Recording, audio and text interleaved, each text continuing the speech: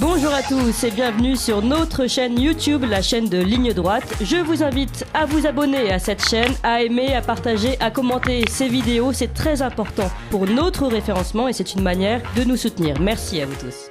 Il semblerait, oui, que nous arrivions plutôt à la fin d'un cycle ou à la fin d'une ère, pour paraphraser notre cher président de la République. Rappelez-vous ces paroles le 24 août dernier. Et en ce jour qui est celui de l'anniversaire des 31 ans d'indépendance de l'Ukraine, c'est malheureusement celui aussi des 6 mois de la guerre qui a repris. Et pour beaucoup de générations dans notre pays, la guerre était une réalité qui n'existait plus sur le sol européen. De la même manière, la crise climatique, avec toutes ses conséquences, sont là, perceptibles. Et de nouveaux risques aussi apparaissent, ces derniers jours l'ont montré, comme le risque cyber. Ce tableau que je fais là, cette fin de l'abondance, cette fin de l'insouciance, cette fin des évidences, montre que c'est au fond une grande bascule que nous vivons, face à laquelle, évidemment, nos compatriotes peuvent réagir avec beaucoup d'anxiété. Et donc, face à cela, je pense que nous avons quelques devoirs. Le premier, c'est de dire les choses, de nommer, avec beaucoup de clarté et sans catastrophisme. Nommer le fait que notre liberté, le régime de liberté de vie dans lequel nous nous sommes habitués à vivre, a un coût. Et parfois, quand il faut le défendre, peut supposer des sacrifices, en tout cas d'aller au bout de certaines batailles à mener. Des sacrifices, ce régime de liberté a un coût, une certaine anxiété que pourraient sentir les Français, mais il faut nommer les choses, nous dit Emmanuel Macron, et donc voilà pourquoi il ose dire que c'est la fin de la société d'abondance. Un discours qui a été encore précisé par notre Premier ministre hier. Elisabeth Borne s'adressait aux entreprises lors de son discours d'ouverture de la rencontre des entrepreneurs au MEDEF. Chaque entreprise doit se mobiliser et agir. J'appelle donc chacune à établir en septembre son propre plan de sobriété. Si nous agissons collectivement, nous pouvons surmonter ce risque de pénurie. Mais si chacun ne prend pas sa part, ou que toutes les hypothèses défavorables se conjuguaient, nous serions amenés à imposer des baisses de consommation. Si nous devions en arriver au rationnement, les entreprises seraient les premières touchées. Et nous devons malheureusement nous y préparer. Et voilà, c'est dit, si nous devions arriver au rationnement, les entreprises seraient les premières touchées. Donc chacun doit prendre sa part, clame Elisabeth Borne. Donc voilà, les mots sont lâchés. Fin de l'ère de l'abondance, rationnement, inflation. On sait que l'inflation a dépassé 8,5% aux États-Unis et au Royaume-Uni. Elle approche les 9% dans la zone euro. Elle vient de franchir les 6% en France, du jamais vu depuis les années 1980. Et puis, on le sait, le prix du gaz et de l'électricité atteignent des niveaux stratosphériques que l'on lit en ce moment. Alors, au Royaume-Uni, déjà, un ménage moyen pourrait voir sa facture annuelle passer de 1 971 livres à 3 549 livres. Et en France, les prix de l'électricité pour 2023 vont se négocier entre 900 € mégawatts et 1 500 € pour le mégawatt pour des prix divers, c'est-à-dire 30 fois, ce que disait tout à l'heure Louis Rigaudière, 30 fois le prix moyen des 5 dernières années. Alors, comment en est-on arrivé là ? On va tenter de le comprendre sans trop nous embrouiller en effet dans des schémas économiques compliqués. Et puis, comment peut-être se sortir de cette terrible situation ? Pour en parler, je suis avec un économiste et un géopoliticien. Bonjour Philippe Murer. Bonjour. Vous êtes économiste et essayiste, notamment auteur de ce livre « Comment réaliser la transition écologique, un défi passionnant » aux éditions Jean-Cyril Godefroy et « Sortir du capitalisme du désastre ». Tiens, ça nous parle. Coécrit avec Jacques Sapir et toujours aux éditions Jean-Cyril Godefroy. Et puis, je suis également avec Hervé Juvin. Bonjour, monsieur Juvin. Bonjour. Vous êtes député européen, conseiller régional RN et président de la Fondation Identité et Démocratie, cofondateur du mouvement Les Localistes et auteur de ce très bon livre pour lequel nous vous avions reçu et qui est lui aussi tout à fait d'actualité aujourd'hui. Chez nous, pour en finir avec une économie totalitaire. Voilà encore des mots qui nous parlent et c'est aux éditions La Nouvelle Librairie. Alors pour commencer, peut-être prenons une vision géopolitique internationale. Hervé Juvin, comment vous comprenez cette situation aujourd'hui ? Le président Emmanuel Macron nous incite à dire les choses. Ce dont il s'agit, et qui a d'importantes conséquences géopolitiques, ce dont il s'agit, ce n'est pas la fin de l'abondance, c'est la fin de la sécurité. Depuis des générations, les Français vivent dans un état non pas d'abondance, mais de sécurité. Ils savent qu'ils auront de l'eau, Ils savent qu'ils pourront se chauffer cet hiver. Ils savent qu'ils pourront se nourrir leurs enfants. Ils savent qu'ils pourront se déplacer, etc. Ces différentes sécurités, ça a caractérisé ce qui a été le fondement politique de nos sociétés et de la paix sociale. Nous étions des sociétés de progrès. Et chaque année, un peu plus, la sécurité de bien se nourrir, être bien logé, etc., était assurée. Ce n'est plus le cas. Et plutôt que de parler de la fin de la société de l'abondance, je parlerai de la fin des sécurités vitales. J'ai été très ému par une interview diffusée par vos collègues de Sky News, dans laquelle un couple âgé de Britanniques fait face à une multiplication par 8 de sa facture d'électricité. Ils disent qu'ils ne pourront plus garder leur maison. Et le vieux monsieur conclut, après y avoir un peu réfléchi, si nous ne pouvons pas payer les factures d'électricité et si nous sommes chassés de chez nous, il ne nous reste plus qu'à mourir. Donc ce qui se passe, ce n'est pas la fin de la société de l'abondance. Et l'abondance est presque un mot insultant pour des Français qui n'ont jamais eu l'impression de vivre en état d'abondance. C'est plutôt, on l'a vu cet été, la sécurité d'approvisionnement en eau n'était plus assurée. On voit bien, à cause des folies de la politique européenne de l'énergie, que la capacité des Français de se chauffer et d'avoir chaud cet hiver, et ce n'est pas un luxe. Ce n'est pas un luxe de ne pas vivre dans une maison à 12 degrés cet hiver. On voit bien que ça n'est plus assuré. On a des doutes sur la sécurité alimentaire. C'est ça qui est en jeu. Et la conclusion que je pourrais faire, c'est que les folies de l'économie libérale moderne, les folies du tout marché, les folies du libre-échange, les folies de la privatisation de tout et notamment de nos biens communs, s'aboutit à une société d'insécurité et s'aboutit surtout à un processus de sous-développement dans nos États. On y reviendra sans doute, mais très clairement, la France est en état de sous-développement. Les Français vont connaître des situations que, depuis des décennies, seule l'Asie du Sud-Est, l'Afrique, une partie de l'Amérique latine pouvaient connaître. Alors, vous dites que c'est la fin de la sécurité, donc finalement, si on vous résume, c'est la fin aussi des fonctions, de l'exécution des fonctions régaliennes de l'État. L'État a abandonné un grand nombre de ses fonctions régaliennes. Je pense à la casse et au démantèlement d'EDF. Je pense à la casse et au démantèlement des services publics. On me démontrait encore hier que dans un certain nombre de cas d'urgence, j'ai eu l'occasion de le vivre dans un pays africain comme en Inde, les services d'urgence fonctionnent mieux dans nombre de pays africains et en Inde qu'ils ne fonctionnent aujourd'hui en France. Nous sommes dans un processus de sous-développement. Alors, je vous propose d'écouter Jean-Bernard Lévy, directeur général d'EDF. Vous parliez de la casse d'EDF. Le directeur général d'EDF, au congrès du MEDEF hier, a lui aussi expliqué que cette loi de fermeture des 14 réacteurs nucléaires est toujours en vigueur et que c'était bien à cause de ça également qu'on ne peut pas aujourd'hui préparer de nouveaux réacteurs. Écoutez-le. Nous avons besoin d'une évolution radicale. Mais ne nous trompons pas sur le sens de ce mot. Radical ne veut pas dire violent, subi, ni décroissant. Contrairement à l'affirmation de certains, la décroissance n'est pas la solution. La décroissance attaquerait notre niveau de vie, elle mettrait en péril le financement de notre modèle social, elle braquerait nos concitoyens et nous empêcherait d'avancer. La solution viendra d'une croissance nouvelle, réorientée. La transition écologique est une opportunité.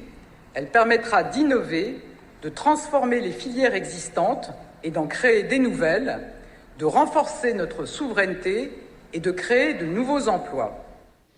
Voilà, bon, en fait, vous l'avez bien compris, il ne s'agissait pas de Jean-Bernard Lévy, directeur général d'EDF, mais encore d'Elisabeth Borne qui s'adressait hier au MEDEF, qui parlait de la transition écologique, une opportunité, une évolution. Il faut une évolution radicale, dit-elle. La décroissance n'est pas la solution. Il faut une croissance. Alors ça, c'est très intéressant comme terme. Qu'est-ce que ça signifie ? Il faut une croissance nouvelle et réorientée. Philippe Murer, alors, quelle est... Une croissance dans la pénurie. Oui, C'est assez étrange, mais parce qu'ils sont très mal. Pour revenir, comment on en est arrivé là ? Moi, il y a quand même, au mois de mars, avril, je suis économiste, je connais bien l'énergie, les approvisionnements énergétiques. Je ne comprenais pas comment on pouvait faire de telles rodomontades en disant qu'on allait se passer d'un tiers de l'énergie russe. Oui. Ça me paraissait être plutôt de la menace, de la rodomontade qu'autre chose. Et ils sont allés au bout. Parce qu'il faut se rappeler qu'ils veulent un embargo sur le pétrole russe, sur le charbon et même sur le gaz russe. Même mais si la où en Poutine... sommes-nous, pardon, est-ce qu'on peut faire un point là-dessus? Où en sommes-nous dans les embargos? Parce qu'aujourd'hui, est-ce que les livraisons sont encore faites du gaz russe notamment? Le gaz russe, en fait, ce qui s'est passé, c'est qu'on a dit on va faire un embargo sur le gaz russe, et Poutine, en fait, a précédé la parole des Européens en réduisant le filet à une dizaine de pourcents. Soi-disant pour des problèmes de travaux, c'est ça, sur le gazoduc? Oui, qui étaient vraiment... qui sont un petit peu longs. Oui, des travaux qui durent depuis 2 mois. Oui. En fait, Poutine a effectivement fermé, pas complètement, mais en partie, le gaz russe qui arrive par les pipelines. C'est un des seuls gaz, parce qu'il y a aussi un peu le gaz norvégien et algérien, mais le principal gaz est russe qui arrive sur Et puis surtout, on n'a pas réussi à le négocier, le gaz algérien. Donc, tout à fait. Il est parti en Italie. Et de toute manière, le gaz est extrêmement difficile à acheminer. Autant le pétrole, vous l'acheminez très simplement d'un pays à l'autre, d'un continent à l'autre. Le gaz, il faut d'énormes infrastructures. Si vous voulez le mettre sur des bateaux, il faut des compresseurs. Il faut déjà avoir produit le gaz. Il faut des compresseurs. Il faut les bateaux pour le transporter. Et c'est extrêmement compliqué. Donc nos gouvernements, en fait, ont fait une folie en faisant le blocus économique de la Russie. Finalement, la Russie a répondu en disant bien, ok, nous allons faire votre blocus énergétique en face du blocus économique et de la guerre, et là nous en payons toutes les conséquences.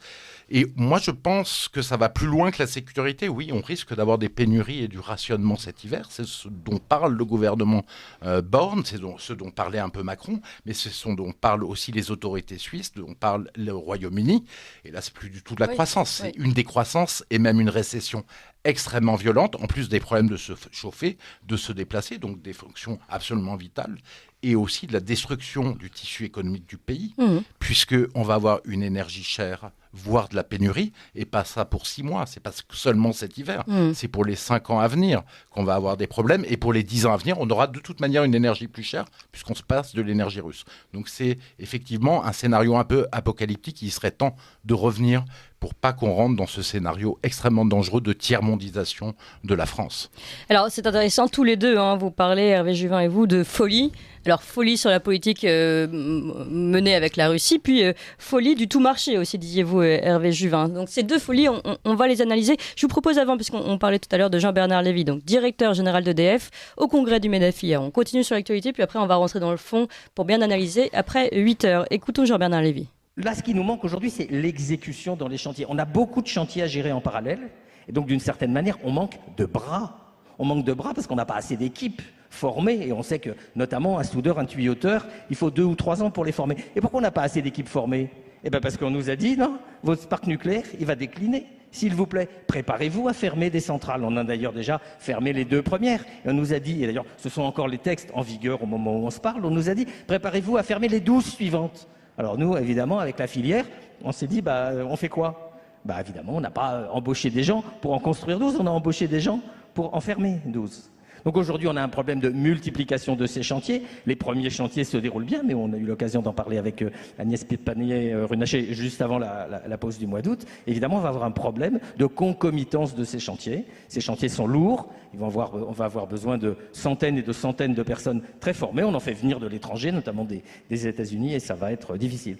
Donc oui, on va essayer... On fera le maximum, on se mobilise au maximum pour éviter la panne. Non, nous n'avons pas de problème d'expertise. Oui, nous avons un problème de nombre de personnes que nous pourrons avoir sur des chantiers. Eh oui, c'est intéressant, à cette loi de fermeture des 14 réacteurs nucléaires qui est toujours en vigueur en France et qui nous empêche aujourd'hui de réouvrir certaines centrales ou même de les entretenir. Il est 8h, on va analyser tout ça, mais il est 8h, on fait un rapide point sur les informations avec Emmanuel Noël. Ligne droite. La table ronde. Pour cette table ronde, je suis toujours avec Hervé Juvin, député européen, conseiller régional du Rassemblement national et auteur de ce livre que je recommande à tous et qui permet de comprendre ce qui se passe aujourd'hui chez nous pour en finir avec une économie totalitaire. Ça, c'est à la Nouvelle Librairie. Et je suis également avec Philippe Murer, économiste et essayiste, et notamment auteur de ce livre, également crucial en ce moment pour comprendre ce qu'il se passe, sortir du capitalisme, du désastre. Et c'est chez Jean-Cyril Godefroy, autant dire 2 personnes qui avaient bien compris ce qui allait nous arriver aujourd'hui. Je voudrais seulement, avant de vous donner la parole à Hervé Juvin et revenir sur cette économie totalitaire, Philippe Murer, que vous réagissiez aux propos de Jean-Bernard Lévy. Oui, effectivement, ça fait des années en fait qu'on saigne la bête EDF. On la saigne en lui obligeant, à cause du marché européen de l'énergie, de vendre son électricité largement en dessous de revient, un quart son électricité à des coquilles vides qu'on appelle opérateurs alternatifs et qui ne produisent rien, qui ne font que distribuer. Ça, c'est la première chose. Donc, ça coupe les moyens d'EDF. En plus, l'État se sert généreusement de dividendes et en échange, que fait-il ? Il effectivement désinvestit le nucléaire. Il propose, on a fermé 2 centrales nucléaires, Fessenheim. Juste un point, le coût aujourd'hui, avec le coût de l'électricité actuelle, en fait, Fessenheim, ses recettes, et quasiment le résultat net serait de 8 milliards d'euros par an aujourd'hui. Vous imaginez ? Oui. Le coût de la fermeture sur 5 ans, ça va être 40 milliards d'euros. Le coût de cette décision absolument malheureuse, qui devait être suivie de beaucoup d'autres décisions, parce qu'il y avait 12 centrales nucléaires qui étaient prévues de fermer. Et évidemment, il n'a pas tort. Il dit on est donc dans un processus de désinvestissement, d'attrition, donc on a du mal à recruter. Et en plus, il y a un phénomène d'image, c'est-à-dire que les jeunes ne veulent pas aller dans une filiale. Les jeunes de talent, en fait, de Polytechnique, de Centrale Paris, et les jeunes ingénieurs veulent pas aller dans une filiale qui va fermer et qui n'est pas d'avenir selon les écologistes, puisqu'il faut la fermer. Voilà comment on arrive, en fait, à ce problème grave pour EDF de désinvestissement. Et on a quand même quelques centrales qui sont touchées par des... Il y a eu la faute à pas de chance aussi. Il y a un problème de corrosion sur des tuyaux d'un circuit de secours. Quoi. Voilà, donc qui n'arrive que pratiquement jamais. Et comme on veut zéro risque, il faut que même les tuyaux de secours n'aient pas de fissures. Voilà pourquoi on en arrive là avec beaucoup de centrales fermées. Mais aujourd'hui, avec quand même le nombre de centrales qu'on a encore, on pourrait être... on est encore autonome en électricité. Oui, mais on ne le sera pas cet hiver si on ne rouvre pas une bonne partie de nos centrales nucléaires, très clairement, parce que c'est à ce moment-là qu'il y a quand même des gens qui chauffent au chauffage électrique, qui est un chauffage tout à fait écologique en France, puisqu'il est produit par du nucléaire sans CO2. Il va falloir rouvrir toutes les centrales, mais il faut comprendre que depuis en fait 10 ans, la production d'électricité française baisse petit à petit. Et là, d'un coup, on a un effondrement. Mais c'est pas nouveau. Puisqu'on nous force à aller vers l'éolien et du coup la centrale à charbon. Exactement. Alors qu'on nous disait qu'il fallait de l'énergie propre et donc de l'électricité, et moins de pétrole, moins de gaz, moins de charbon, finalement, notre production d'électricité baissait. Et là, on a d'un coup un coup vraiment dur à cela. Hervé Juvin. Alors, pour revenir sur cette question d'électricité, et puis après, si on peut élargir, qu'est-ce qu'une économie totalitaire ? Une économie totalitaire, c'est assez simple. C'est une économie dans laquelle les prix décident de tout. C'est l'économie de l'Organisation mondiale du commerce, que je connais bien, étant membre de la Commission du commerce international au Parlement européen. Le prix le plus bas est le seul critère légitime d'achat. Votre producteur local dans votre région, qui emploie dans votre région, qui crée du bien-être dans votre région, vend à 1 euro plus cher un produit de 100 euros, vous allez commander aux Philippines, ou vous allez commander en Chine, ou vous allez commander en Argentine. C'est l'absurdité des accords de libre-échange. Le deuxième point, l'économie totalitaire, c'est quand tout, et je dis bien tout, de l'eau aux terres et à la vie, est uniquement soumis à la loi du plus fort rendement financier. Ce sont les mécanismes très dangereux qu'on voit aujourd'hui de concentration des terres en France. Ce sont les mécanismes d'appropriation de la vie, notamment par les géants chimistes allemands que sont Bayer et BASF, qui sont en train d'acquérir des dizaines de milliers de brevets qui leur donnent la propriété sur les caractères d'un certain nombre d'animaux vivants ou de plantes. La propriété de la vie, la destruction de nos biens communs, la privatisation de tout ce qui peut l'être, ça caractérise une économie totalitaire. Et puis le dernier point, une économie totalitaire, c'est une économie qui ne connaît plus de limites. Je ne vais pas faire l'apologie de ce régime autoritaire qu'est la Chine. Mais enfin, quand un milliardaire chinois défie les intérêts stratégiques du pays, il se retrouve en prison. Est-ce que quelqu'un pense ici que Bezos, que Zuckerberg, que Elon Musk, s'ils défient les intérêts stratégiques des États-Unis, ont quelque chance d'aller voir dans un camp de travail s'il fait meilleur. Là aussi, c'est la caractéristique d'une économie totalitaire. Une économie totalitaire, c'est une économie dans laquelle l'argent décide de tout. Elle décide des élections, elle décide de la propriété des biens communs et elle décide de la politique. Je crois malheureusement que nous sommes dans cette situation en France et je crois malheureusement que l'effort sera grand pour reconstruire une économie nationale et pour faire passer l'intérêt national avant tout. Je voudrais revenir sur ce point. Ce qui me frappe dans notre conversation et dans notre débat, c'est quand même l'incroyable légèreté de nos dirigeants. J'avais eu l'occasion dans un débat lors de la présidentielle, au moment des sanctions. Il fallait tout sanctionner, couper la Russie du monde. Et vous avez vu l'insoutenable affirmation de M. Le Maire, nous allons mettre la Russie à genoux. Je constate qu'à l'époque, et je l'avais dit, qui avait analysé que, par exemple, les engrais, c'est de l'énergie ? On ne fait pas d'engrais sans du gaz. Qui avait analysé que l'aluminium, c'est de l'énergie? Qui avait analysé que nombre de productions qu'on trouve sur nos tables, dans nos salles de bain tous les jours, c'est de l'énergie. Et qu'à partir du moment où on se prive d'énergie, eh ben on va se priver d'un certain nombre de métaux, nos industries ne vont plus être approvisionnées, nos terres ne vont plus être amendées par les engrais, etc., etc. On a quand même nos dirigeants ont fait preuve d'une incroyable légèreté. Et j'en retrouve la marque dans les propos de cette charmante Premier ministre, Madame Borne, disant finalement les entreprises, vous avez une part de responsabilité et ça va être à vous de faire les efforts. De qui se moque-t-on? Qui revient sur la fermeture de Fessenheim, qui est une absurdité criminelle? Qui revient sur la suppression croissante, et vous l'avez dit Philippe Murer, des moyens d'EDF? Qui revient sur la désaffection totale de la filière nucléaire, qui était un des fleurons de la France. J'ai eu l'occasion de voyager dans quelques pays du monde avec des spécialistes du nucléaire français. C'était vraiment un des fleurons de la France, comme l'était Alstom, etc. On se pose quelquefois la question de savoir si on n'a pas affaire à une entreprise résolue de démolition des atouts stratégiques et des atouts qui assuraient l'indépendance industrielle de la France. Alors, intéressant, parce que vous allez jusqu'à vous poser cette question que je me suis aussi posée. On va jusqu'à se demander s'il n'y a pas une stratégie de démolition des intérêts de la France. Et vous avez dit un petit peu plus tôt, c'est le règne de la monnaie et de l'argent.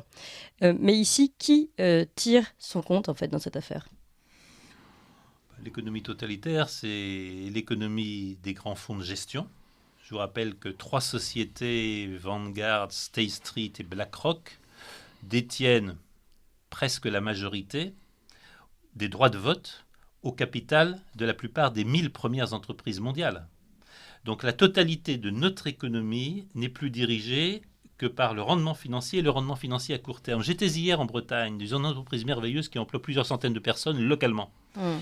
Pour des raisons, je dirais, de faiblesse de notre système bancaire, ils ont été obligés de faire entrer un fonds d'investissement. Le problème, c'est que le créateur de cette entreprise la gère à 20 ans ou à 30 ans. Et il la gère pour garder dans le pôle local. Le fonds d'investissement est entré il y a 1 an et demi. Il est déjà en train d'essayer de voir comment il va sortir dans 1 an. Et donc, toute sa question à lui, c'est comment ça va. Je vais vendre plus cher un actif sur 3 ans. Donc, licenciement, fermeture de sites non rentables, etc. C'est pas avec ça qu'on fait une indépendance stratégique et c'est pas avec ça qu'on sert l'international. Et je pense que la prise de pouvoir des rendements à court terme sur nos économies est un drame dont il faudra nécessairement sortir. Mais prise de pouvoir des rendements, mais aujourd'hui, même ces rendements-là, est-ce qu'il y aura encore rendement si on arrive dans une pénurie mondiale presque, en tout cas sur le continent européen? Vous savez, les capitaux bénéficiant de libre accès à tous les marchés, les capitaux vont se déplacer. L'un des grands risques, c'est qu'effectivement, si le processus de sous-développement, de pénurie et d'insécurité se développe en France, il va y avoir moins d'investissements. Il va y avoir moins de gens capables de maintenir l'activité sur les territoires et on continue à être sur la voie du désaménagement territorial que je dénonce depuis plusieurs années. Très réellement, nous sommes en train de détruire nos territoires. Et la crise actuelle va accélérer ce mouvement. Finalement, ce que vous nous dites, c'est que ces fonds d'investissement qui investissent sur du court terme et du rendement rapide risquent de quitter là, les entreprises françaises, européennes, puisqu'il n'y aura plus de rendement si on arrive à pénurie. En fait, ils auront bien pompé jusqu'au bout, ils vont partir dans un autre marché. La réalité, c'est que dans cette histoire, la Russie, évidemment, et l'Ukraine ne sont pas seuls en cause. Il y a une partie de l'idéologie écologique qui est en cause, et on a parlé des ravages de la finance de marché. Oui. Mais la réalité des choses, c'est que le grand perdant du conflit actuel, c'est l'Union européenne. Que va-t-il rester de l'Union européenne? Je commence à me poser réellement la question des effets à moyen et à long terme de la crise actuelle. Que va-t-il rester d'une Union européenne qui, sur le fond, est extrêmement divisée par rapport à la Russie, qui commence à remettre en cause un certain nombre des choix concernant les sanctions, parce qu'on voit bien que les sanctions ne marchent pas. En fait, les sanctions décidées par l'Union européenne ont été un moyen très efficace de pénaliser les pays de l'Union européenne. Oui. Et on voit bien, et les Pays-Bas sont en train de réfléchir, tenez-vous bien, à réimporter du charbon, tout simplement parce qu'en important du charbon d'Afrique du Sud, on arrive à sortir du mégawatt tout payé, du mégawattheure, à 145 €, là où les prix de marché sont passés à 1000. Évidemment que ce n'est pas bien d'utiliser du charbon quand la différence de prix est de 1 à 2 ou de 1 à 3. Quand la différence de prix est de 1 à 8, il faut être dans une perspective totalitaire, je le répète, pour refuser d'envisager la production d'énergie avec du charbon. Et on va se trouver devant des remises en cause. Madame von der Leyen a commencé hier en disant que sans doute il allait falloir remettre en cause les dogmes du marché européen de l'énergie. On a tout cassé. Ah, c'est dommage, le jouet est cassé. Peut-être est-ce qu'on va pouvoir trouver un autre jouet. Philippe Murer, après l'économie totalitaire, le capitalisme du désastre. Est-ce que c'est à peu près la même chose que vous aviez analysé dans votre livre, hein, Oui, je montrais que tout conduisait au capitalisme du désastre. Et je rejoins Hervé Juvin dans le fait que la financiarisation, ce dont on ne se rend pas compte et dont on ne parle pas en fait dans les médias, c'est que c'est en train de rendre les entreprises malades. Parce que Hervé Juvin parlait du fait que le fonds d'investissement cherche du rendement à court terme, mais il crée aussi une médiocratie. Parce qu'après, le dirigeant qui est nommé pour faire cela, évidemment que c'est pas un grand capitaine d'industrie, c'est un petit financier. Et il nomme dans toutes ces directions des gens qui sont relativement médiocres, qui vont essayer d'exploiter en fait les entreprises. Et finalement, on arrive à une perte de compétences et les entreprises sont malades. En fait, de leur essence, en fait. Exactement, les prive de leur essence, on prive les salariés de sens, puisqu'en fait, les entreprises ne sont que des simples machines à sous. On l'a vu aussi dans nos services publics, d'ailleurs. Hein. On l'a vu dans nos services publics, la santé, la sécurité, la police, tous décrivent cette perte de sens. Perte de sens, en même temps exploitation des gens au maximum, donc quelque chose qui est en train de complètement dérailler, effectivement, et qui nous mène à une forme de désastre et de tiers-mondisation, de sous-développement, parce que si nos entreprises aussi perdent de leur puissance, parce que les gens perdent de leur motivation et qu'il y a une forme de sécession des salariés, eh bien on se retrouve avec quelque chose qui fonctionne mal. Et puis l'Union européenne aussi, quelque chose de fondamental. Mais je ne sais pas, Hervé Juvin, je pense que ça serait une très bonne chose que l'Union européenne disparaisse. Je pense qu'on ne va pas le regretter. C'est certainement pas ce qui fait notre force, puisque c'est eux qui ont imposé les tarifs à Rennes, à EDF, avec le couteau sous la gorge de nos gouvernements qui ne nous ont pas prévenus. C'est eux qui poussent au désinvestissement nucléaire de la France sous la pression de l'Allemagne. C'est eux qui ont fait en sorte que, avec les traités de libre-échange, nos agriculteurs soient obligés d'avoir des champs de plus en plus grands pour résister à la concurrence mondiale. Donc évidemment qu'il faudra sortir de l'Union européenne pour régler nos problèmes, mais voilà, c'est une obligation et je pense qu'on peut s'en réjouir que l'Union européenne soit profondément affaiblie parce que les Français voient les côtés néfastes de cette union. Alors, est-ce que les Français le voient vraiment ? Bon, ils vont finir par être obligés d'ouvrir les yeux. C'est intéressant, c'est ce que vous dites sur l'Union européenne. Donc, tout à l'heure, on parlait de la responsabilité des fonds d'investissement. Là, on voit la responsabilité de l'Union européenne et puis plus particulièrement de la Commission européenne. Mais pourquoi la Commission européenne joue contre elle-même, en fait, contre l'Europe ? Parce qu'elle est dans une idéologie du tout marché, de la finance, et elle pense que c'est cela qui fonctionne. En plus, ça l'arrange bien de penser cela. Non seulement c'est son ADN dès le départ, en fait, d'une certaine façon dès le traité de Rome, mais en plus, en fait, elle a créé des marchés européens, ce qui a permis de casser les marchés nationaux, comme le marché français de l'énergie qui fonctionne et de l'électricité, qui fonctionnait extrêmement bien. Et pour européaniser tout ça, on crée un marché européen complètement dérégulé sur l'électricité, et c'est ça qui nous mène effectivement à la catastrophe. Donc, en fait, la Commission européenne, en jouant l'idéologie jusqu'au bout de façon folle, en fait, joue un jeu perdant contre elle-même. Elle tire une balle dans le pied de l'Europe en permanence. Alors, aujourd'hui, Hervé Juvin a commencé à dresser le portrait de ce que sera l'Europe de demain. Qu'est-ce que vous voyez ? Là, on est en pleine crise, on est en pénurie. L'hiver risque d'être très difficile pour beaucoup d'entrepreneurs et de particuliers en France et ailleurs en Europe. On l'a vu avec la Grande-Bretagne. Qu'est-ce qui peut bien se passer finalement là ? Je vous pose la question à tous les deux. Je vais me tourner vers vous, Hervé Juvin, pour commencer. Qu'est-ce qui peut bien se passer ? Oui, qu'est-ce qui va se passer ? C'est-à-dire que là, on sent bien que ça va être la crise, que ça va être très difficile. Est-ce que finalement, cette crise va nous permettre d'ouvrir les yeux ? Et peut-être, puisque vous le dites, les fonds d'investissement vont quitter les entreprises, la Commission européenne, l'Union européenne risque peut-être de s'effondrer, je ne sais pas. L'alternative est très simple. Soit la Commission et les institutions de l'Union européenne persiste dans le totalitarisme du tout marché, tout concurrence, recherche du prix le plus bas, casse des marchés nationaux, casse des nations et casse des autonomies nationales. Et dans ce cas, je pense en effet que l'Union européenne peut subir de très graves troubles, voire éclater. Soit l'Union européenne fait évaluer un certain nombre de ses fausses certitudes et ses fausses évidences. L'Union européenne réaccepte l'organisation des marchés nationaux.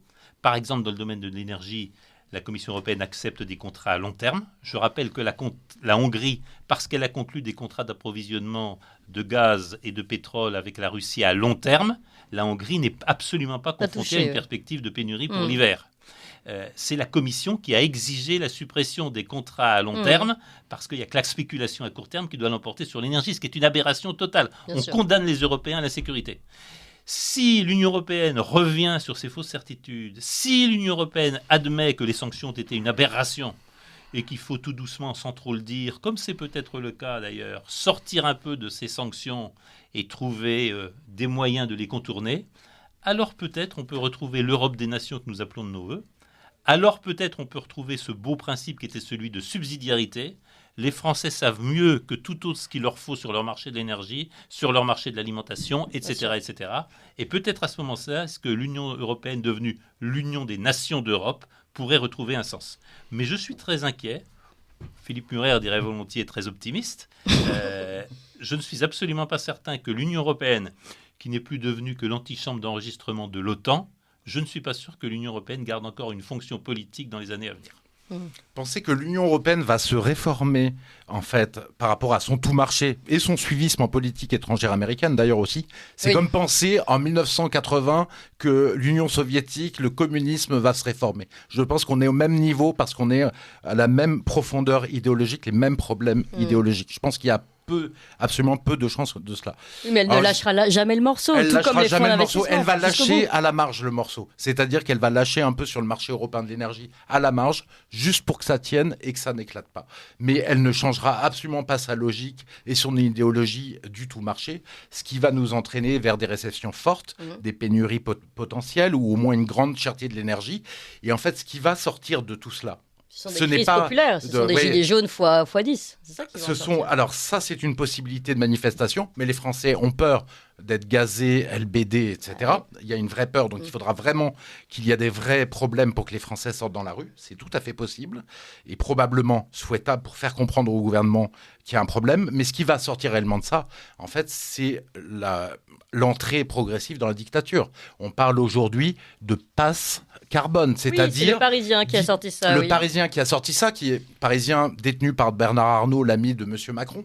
Qui prépare doucement le chemin. Qui prépare le chemin, effectivement, vers un passe carbone, c'est-à-dire des tickets de rationnement électronique pour l'énergie. On sait que l'Union européenne prépare aussi un identifiant numérique pour Internet, pour la vie courante. Et en fait, on a toute une forme de crédit social qui est en train de se mettre en place de l'Union européenne. Donc je pense que la surveillance généralisée jusqu'à les élites ne veulent pas changer de modèle et ils vont plutôt essayer de contraindre le peuple, de le surveiller, de le traquer par tous ces mécanismes de surveillance plutôt que de changer de modèle. Alors je vais citer le titre de cet article du Parisien sorti le 26 août. Environnement, jet privé, transport, chauffage, alimentation. Et si on mettait en place une carte carbone, pose comme question le Parisien. Et voilà son chapeau. La polémique sur les jets privés met en valeur le décalage de consommation de CO2 entre les plus riches et les plus pauvres. Alors là, on nous fait croire que c'est pour condamner les plus riches. L'instauration d'une carte carbone permettrait de féliciter ceux qui font des efforts et atteindre à terme l'objectif de neutralité carbone voulu en 2050. Voilà donc la douce idée de carte carbone. Donc voilà une nouvelle façon de nous contrôler. En effet, comme on l'avait vu avec le pass sanitaire, là ce serait un pass exactement, ça paraît extrêmement pessimiste, mais c'est ce qu'a fait ce gouvernement, c'est de traquer les Français avec un pass sanitaire, un pass vaccinal même qui était prévu et tout cela... Un pass social finalement comme on le voit déjà en Chine. Oui, le pass social total, le crédit social qui est total. Oui. C'est ça, bon élève, mauvais élève. Exactement. Et vous voyez la fragilité que vous avez en tant que citoyen, si on peut vous couper votre accès avec des tickets de rationnement carbone, des tickets de rationnement CO2, on peut vous couper votre accès à votre chauffage, vos déplacements sur un simple clic, sur une... Voilà. Alors là, c'est vraiment le désastre, ce que vous racontez là, si on arrive à là. Et quelle est la solution pour les Français qui ne veulent pas subir tout ça et qui n'ont pas le choix ? Déjà, c'est se poser la question. Déjà, la sortie de l'Union européenne est vraiment fondamentale. Mais quand bien même on la voudrait, quand bien même on la voterait, on a bien vu que le vote ne servait à rien. Ah non, mais quand bien même on la voterait, le vote serait appliqué. Parce que, si les élites... On a bien vu que le référendum n'avait pas été appliqué. Ah oui, sauf que c'était un référendum pour... Oui, il n'a pas été appliqué, mais s'il y avait un référendum de sortie de l'Union européenne, on a vu, même si les élites, enfin une partie de l'établissement britannique a résisté, finalement le Brexit s'est fait. Mais effectivement, il y a énormément de choses à faire. Il faut des mouvements souverainistes qui comptent sur l'indépendance nationale, qui savent travailler sur les problèmes d'indépendance nationale. Il faut de nouveau du gaullisme, qui est l'antithèse de cette économie totalitaire de marché dont on parle, et néolibérale. Il faut tout changer au niveau de notre classe politique. Le chantier est gigantesque. Oui. Et il n'y a qu'une seule personne qui peut changer tout cela. C'est le peuple français. Si le peuple français s'endort, on va continuer à rouler sur cette plante fragile. Si le peuple français se réveille, à ce moment-là, tout devient possible. Hervé Juvin, puisque vous êtes responsable du cofondateur du mouvement Les Localistes, j'aimerais bien que vous nous expliquiez comment le localisme peut-être nous sauver aussi de cette situation. Ce n'est pas la réponse, mais c'est sûrement l'une des réponses. J'entendais avant de vous retrouver le progrès réellement impressionnant des circuits courts, de la vente à la ferme, des livraisons, etc. J'entendais aussi le fait que beaucoup de Français, et d'ailleurs beaucoup de chefs d'entreprise, commencent à se rendre compte que le rendement financier, c'est très bien. C'est aussi bien de vivre dans un territoire apaisé, beau, bienveillant, où les gens sont heureux de leur emploi, où les enfants trouvent à se former, etc., etc. Il y a un retour au territoire qui est en train de se passer. Le Covid a d'ailleurs joué un rôle dans ce retour au territoire. Et la prise de conscience de ceux qui sont partis dans cette très belle campagne française, des ravages qu'est l'hypermétropolisation. Donc tout cela, ça fait du localisme, je pense, l'une des idées d'avenir. L'une des idées d'avenir, c'est produisons près de chez nous tout ce que nous pouvons produire. Finançons, c'est du Keynes. Keynes lui-même disait « Essayons de financer chez nous de manière nationale tout ce que nous pouvons. La finance internationale, c'est la perte de pouvoir. » Il faudra revenir évidemment sur les accords européens qui garantissent la liberté totale de mouvement des capitaux. À l'intérieur de l'Europe, on peut en débattre. Entre l'Europe et le reste du monde, ça pose évidemment beaucoup de problèmes. Bref, l'essentiel, me semble-t-il, c'est que nous sommes en train de sortir du pacte qui fonde notre démocratie. Nous vivons une société de progrès et le progrès, il s'applique à tous les Français. Ça n'est plus le cas avec la société d'insécurité énergétique, alimentaire, etc. que nous allons vivre. Si ce pacte de progrès est rompu, nous sommes sortis du champ démocratique. Vous en preniez des illustrations. La folie écologique qui peut conduire à donner un crédit carbone à chacun, à lui désactiver sa voiture s'il a consommé plus de CO2 qu'il ne le devrait, je ne suis pas sûr qu'on va déconnecter l'avion privé de Bernard Arnault pour lui empêcher ses voyages du Bourget. Mais c'est un autre sujet.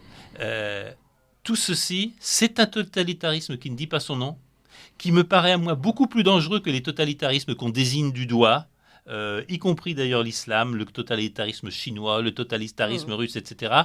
Le vrai totalitarisme, il est en train de s'installer chez nous à la faveur du mariage démoniaque, de la finance de marché et du numérique. C'est contre ce totalitarisme que nous devons nous battre, parce que c'est lui qui peut changer nos démocraties en réellement des États totalitaires.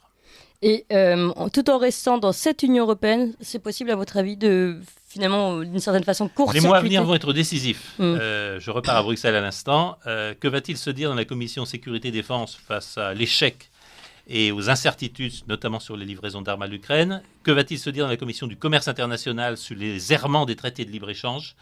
L'Union européenne a quelques mois pour changer de cours. Philippe Murer, un dernier mot sur la question. Non, moi je ne crois pas une seconde que l'Union européenne peut changer de ça. Et là-dessus, je pense qu'il faut maintenant des paroles de vérité, Hervé Juvin. Et quand vous dites qu'à l'intérieur de l'Union européenne, la liberté des capitaux, c'est possible avec les paradis fiscaux et la France, alors que ça nous absorbe toutes nos recettes fiscales, vous savez que c'est irresponsable, vous savez que ça appauvrit l'État français. Et je pense qu'il faut maintenant un langage de vérité avec les Français. Bon, les choses sont claires. Merci beaucoup à vous deux pour cette analyse. Je pense qu'on va reprendre rendez-vous avec vous et suivre un petit peu ce qui se passe parce que, comme vous le dites, ces mois qui arrivent sont absolument cruciaux. Merci beaucoup Hervé Juvin, député européen, conseiller régional RN, cofondateur du mouvement Les Localistes et auteur de ce livre Chez nous pour en finir avec une économie totalitaire aux éditions La Nouvelle Librairie. Merci beaucoup à vous Philippe Murer, économiste, essayiste et auteur de ce livre Sortir du capitalisme du désastre, coécrit avec Jacques Sapir, et c'est aux éditions Jean-Cyril Godefroy. Merci à vous. Vous appréciez cette émission? Alors aidez Radio Courtoisie à en produire d'autres en indépendance totale. Rendez-vous sur soutenir.radiocourtoisie.fr. Merci d'avance.